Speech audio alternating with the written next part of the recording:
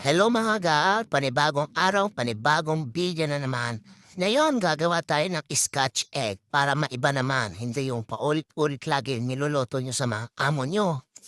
Titry nyo din to minsan mga pampa-impress ba? Aruy! Kuha po kayo ng ground beef and then lagyan po natin ang seasoning, salt, black pepper, dried parsley, dried rosemary, cumin, honey, paprika at ground garlic. Ngayon ko lang po ito gagawin mga at in fairness, na-impress sila amo. Ang sarap sa tenga yung marinig mo.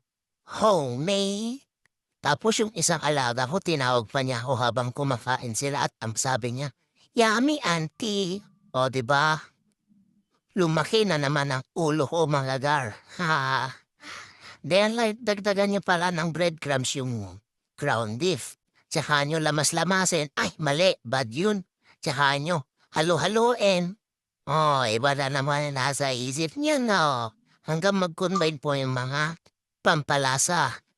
Then, balatan nyo po yung itlog ko. Ay, mali na naman. Ano ba yun kung ano na sasabi ko? Yung boiled egg kasi yun po yung ilalagay natin sa gitna mamaya. Gitna ng ground beef. Huwag kayong grid-minded. Then, kuha kayo ng flour tsaka nyo paikot-ikot yung egg doon. Tulad ng pagpapaikot niya sa'yo. Then iplata niya yung ground beef tsaka niya ilagay yung itlog ko sa gitna. Ay, nako, hindi na matapos-tapos yung itlog ko sa gitna. Bahala kayo dyan. Ganon lang. Repeat the procedure hanggang matapos kayo. Then, mamaya, ire-rest. After nyo balutin, ire-rest nyo siya ng ilang minuto para...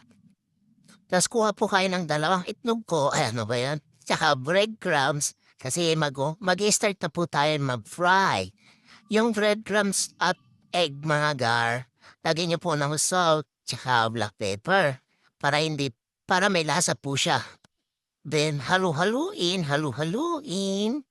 Hanggang mag-combine yung mga seasoning. Then, magpa-fry na po tayo. Yan po yung pinabilog-bilog ko kanina. Yung pinaikot-ikot ko sa mga kamay ko. Tapos malalaman ko hindi niya pala ako mahal. Aruy!